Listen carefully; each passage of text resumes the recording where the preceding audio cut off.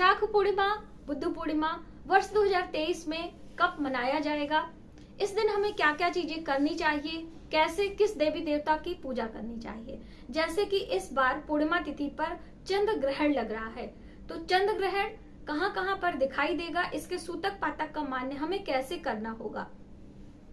चंद्र ग्रहण का भारतीय समय क्या होने वाला है, किस नक्षत्र में लगेगा, किस राशि में लगने वाला है। बहुत सारी बातें बुद्ध पूर्णिमा, वैशाख पूर्णिमा और चंद्र ग्रहण से संबंधित होने वाली हैं। नमस्कार, वेलकम टू माय चैनल। मैं हूं मनीषा। दोस्तों, आज की वीडियो बहुत ही हेल्पफुल और इंटरेस्टिंग होने वाली है, तो चलिए वीडियो की शुरुआत करते हैं। और दोस्तों, आपने अभी तक हमारे चैनल को सब्सक्राइब नहीं किया है तो प्लीज सब्सक्राइब कर लें। वीडियो हेल्पफुल लगती है तो एक लाइक जरूर करिएगा, और फेसबुक पेज से हमें फॉलो करते हैं तो हमारे वीडियो को ज्यादा से ज्यादा लोगों में शेयर करिएगा। क्योंकि चंद्र ग्रहण लग रहा है तो जो हमारी गर्भवती बहनें हैं वो बहुत भयभीत हो जाती हैं, अपने गर्भ में पल रहे शिशु को लेकर उन्हें चिंता हो जाती है। तो आप वीडियो ज्यादा से ज्यादा लोगों में शेयर करिएगा, जिससे सही और सटीक जानकारी लेकर वो प्रिकॉशन ले सकें। तो चलिए हम बात कर रहे हैं वैशाख पूर्णिमा, जिसे बुद्ध पूर्णिमा के नाम से भी जाना जाता है। ये अपने आप में बहुत ही अहम होता है। पूरा वैशाख का महीना, इस महीने हम कुछ व्रत और नियम का पालन करते हैं। यदि आपने किसी कारण से कुछ व्रत नियम पालन नहीं किए हैं तो वैशाख पूर्णिमा के दिन किसी पवित्र नदी में स्नान करके कुछ दान पुण्य करके आप लाभ ले सकते हैं। अब देखिए, देवताओं की बात है कि किस देवी देवता की हम पूजा करें, तो इस दिन पूर्णिमा तिथि पर आप भगवान विष्णु और भगवान शिव दोनों के निमित्त व्रत कर सकते हैं और पूजा अर्चना कर सकते हैं। सिर्फ एक बात का ध्यान रखना है, जब आप भगवान विष्णु के निमित्त व्रत कर रहे हैं तो आपको पूजा अर्चना दिन में करनी है। सत्यनारायण की कथा सुन सकते हैं आप। भगवान विष्णु की पूजा अर्चना पीले फूलों से और पीले रंग की मिठाइयों और पीले रंग के फलों से कर सकते हैं। उनकी पूजा अर्चना करने के बाद सत्यनारायण की कथा आप स्वयं से ही पढ़ लें, बहुत ही अच्छा होता है। और सत्यनारायण की कथा यदि आप पुरोहित बुलाकर करना चाहते हैं तो भी आप करवा सकते हैं। उनमें जो भी सामग्री लगती है, जो पुस्तक होती है, उसमें सभी चीजें दी गई होती हैं, तो आप उस तरह से कर सकते हैं। वहीं पर यदि आप भगवान शिव के निमित्त व्रत करना चाहते हैं तो भी कर सकते हैं। के समय आपको चंद्र को अर्घ जरूर देना है। भगवान शिव के ललाट पर चंद्रमा विराजमान होते हैं, इसलिए जब आप शिव की पूजा करते हैं तो चंद्रदेव की पूजा स्वतः ही हो जाती है। इस दिन दूध से बनी मिठाइयाँ और सफेद चीजों का दान हमें करना चाहिए, और भगवान शिव को अर्पित भी करना चाहिए, स्वयं सेवन भी करना चाहिए। तो इस तरह से वैशाख पूर्णिमा पर कुछ चीजें आपको जरूर करना है। यदि आप पूरे महीने दान पुण्य नहीं कर पाए हैं तो इस दिन जल से भरा पात्र, ऋतु फल, कुछ मिठाइयाँ आपको मंदिर में दान करना चाहिए, क्योंकि वैशाख महीना गर्मी का मौसम होता है तो जल का दान बहुत अधिक महत्व रखता है। अब आइए जानते हैं कि वर्ष 2023 का जो पहला चंद्र ग्रहण है उसका भारतीय समय क्या है, कहाँ कहाँ पर ये दिखाई देगा, और इस चंद्र ग्रहण के दौरान हमें क्या क्या चीजें करनी होती हैं।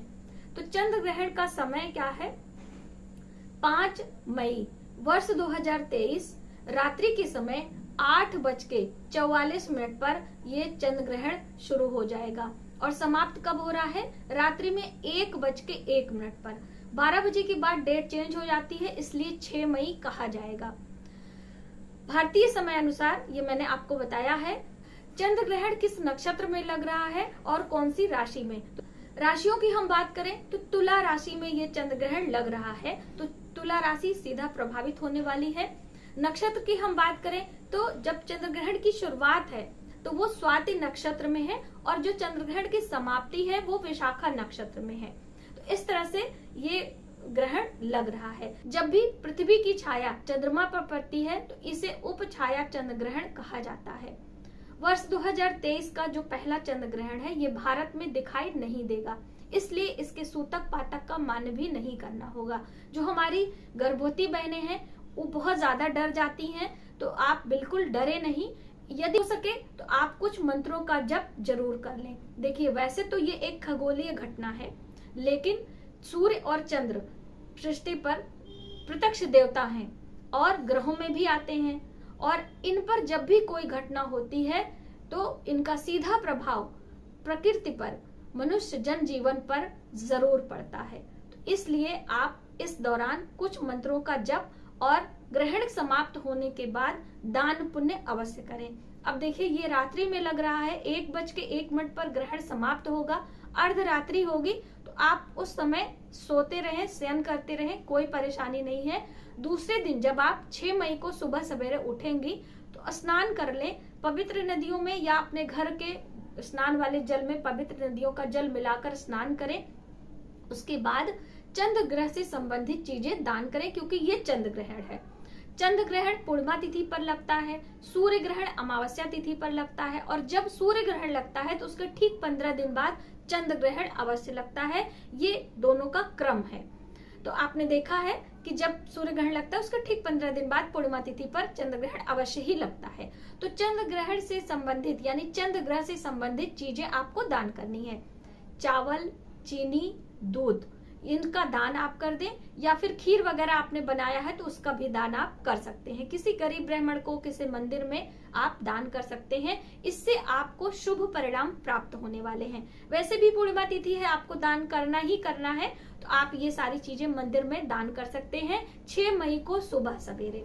बहुत सारे लोगों ने पूछा था क्या हम इस समय कर्मकांड विधि से पूजा कर सकते हैं कि नहीं। अपने मंदिर के कपाट को जो हम बंद रखते हैं, ग्रहण के दौरान खोलते नहीं है, वो सभी, तो देखिए जब भारत में दिखाई नहीं देगा तो इसके सूतक पातक का मान्य नहीं करना है। तो हमें किसी प्रकार की कोई सावधानी भी नहीं बरतनी है। जैसे हम सामान्य जीवन अपना व्यतीत करते हैं उसी तरह करेंगे, लेकिन सूर्य और चंद्र एक ही है, उन पर कोई भी चाहे खगोलीय घटना हो, चाहे ज्योतिष के अनुसार हम देखें कि जब राहु ग्रसित कर लेता है चंद्रमा को तो ग्रहण लगता है, और सूर्य को तो सूर्य ग्रहण। तो इस नाते आपको मंत्रों का जप अवश्य करना है और दान भी अवश्य करना है। आपके जीवन में समृद्धि आए, आपको किसी भी परेशानी में ना पड़ना पड़े, इसलिए दान पुण्य समय समय पर अवश्य करते रहना है। इस तरह से 5 मई को जो चंद्र ग्रहण लग रहा है वैशाख पूर्णिमा पर, आपको इन चीजों को करते हुए पूर्णिमा तिथि को मनाएं, अपने जीवन में समृद्धि लाएं। तो आज की वीडियो में बस इतना ही। यदि हमारी जानकारी आपको थोड़ी सी भी हेल्पफुल लगे तो प्लीज हमारी वीडियो को लाइक जरूर करिएगा। मिलते हैं एक नई जानकारी के साथ नए वीडियो में, तब तक आप अपना ख्याल रखें। जय माता दी।